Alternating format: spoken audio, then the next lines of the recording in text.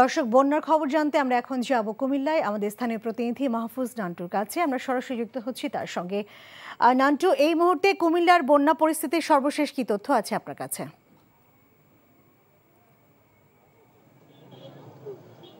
গত 2 দিনের টানা বৃষ্টি এবং ভারতীয় ঢলের কারণে কুমিল্লায় গুমতি নদীতে পানির পরিমাণ অনেক বৃদ্ধি পেয়েছে। কুমিল্লা পানি উন্নয়ন বোর্ডের যে কর্মকর্তারা জানিয়েছেন, এই মুহূর্তে কুমিল্লা গুমতি নদীর যে পানি রয়েছে সেটা বিপদসীমার 1.02 মিটার উপর দিয়ে প্রবাহিত হচ্ছে। মানে দুই পাড়ের অবস্থা নাজুক রয়েছে। যে কোনো মুহূর্তে গুমতির যে কোনো পাড় ভেঙে লোকালয় বা জনপদ প্লাবিত হয়ে যেতে পারে।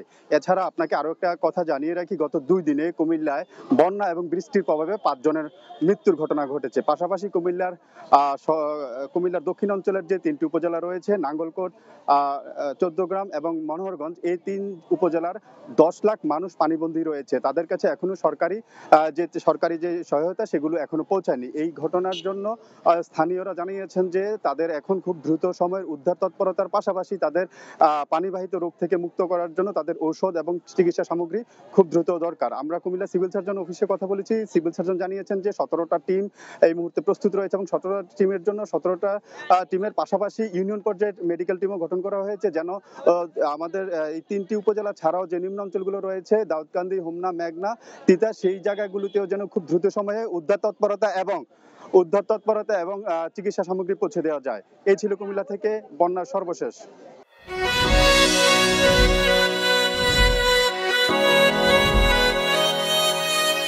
এই শুনছো, উঠো না। আমি বলবো একটু ঘুমাই। তোর বাইরে লেগে 1 কাপ চা বানাই দে। ভাইয়া, চাই কি চিনি বেশি দিব নাকি কম? 2 চামচ লবণ দিয়ে দে।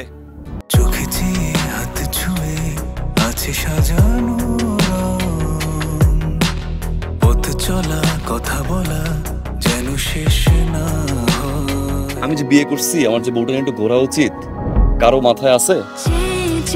থাকি পথে আসলে তুমি বুঝি রাঙা রথে বিভোর হয়ে থাকি প্রতিটি ক্ষণ। ডাক্তারের কাছে যাবো স্যার। আমার একটু নিয়ে চলেন না।